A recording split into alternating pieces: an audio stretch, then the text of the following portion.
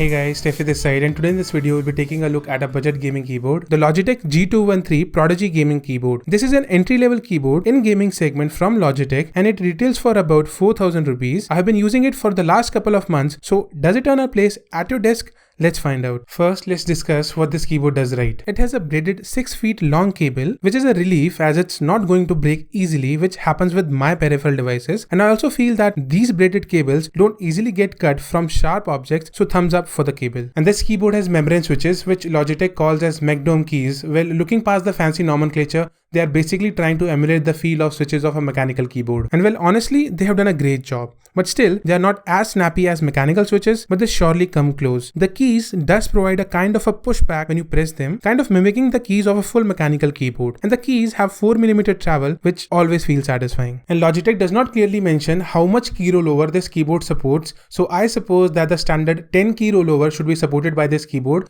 But in my testing, I was able to press 16 alphabet keys plus 2 command keys, Shift and Alt, and it did register 18 keys.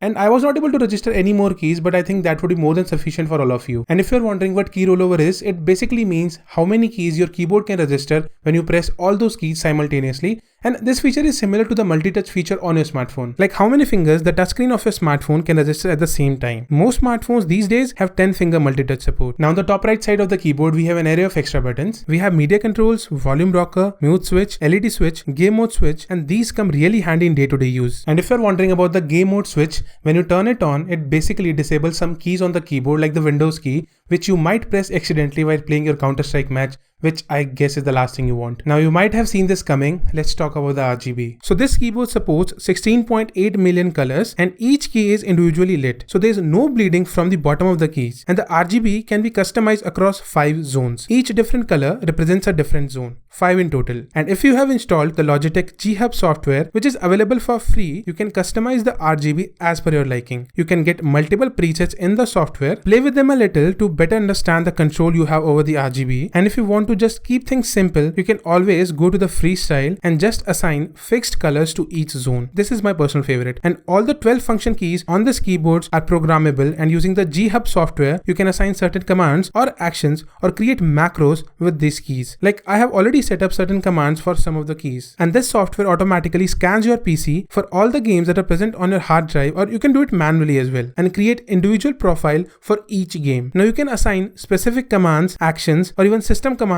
for each of the 12 function keys, and those functions will be specific for that profile only. So for different games, same button can have different actions. And this software automatically switches the profile once you start a particular game. Now after discussing all that, let's talk about the typing experience on this keyboard, which I think is pretty good. I got used to this keyboard in no time, and it's really a pleasure to type on this keyboard. And I think it has helped me to improve on my typing speed as well. And apart from using this keyboard with my PC, I also sometimes use it with my laptop when I have to type a lot and I have to get things done at a fast pace. That's how much I like this keyboard. And except for the backspace and the spacebar, all the other keys don't really make much noise while typing. I'll let you decide for yourself. Here you go.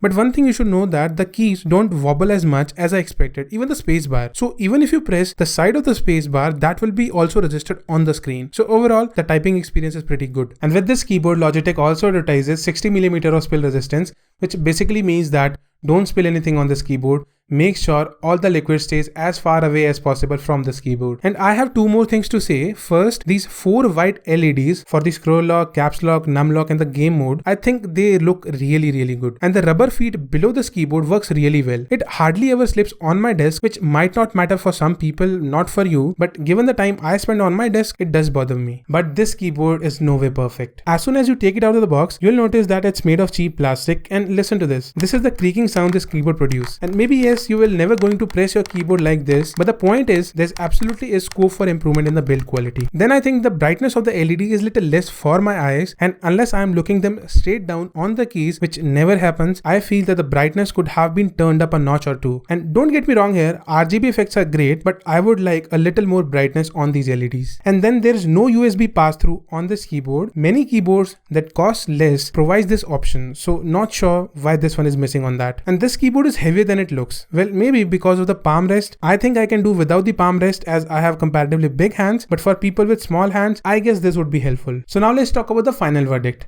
If you can look past the cheap plastic and the bulkiness, I can see this keyboard sitting at your desk. The RGB effects are great. The typing experience is not as great as a mechanical keyboard, but it comes pretty close. And the media controls, they are a treat. I'm sure you would be using it more than you think you would.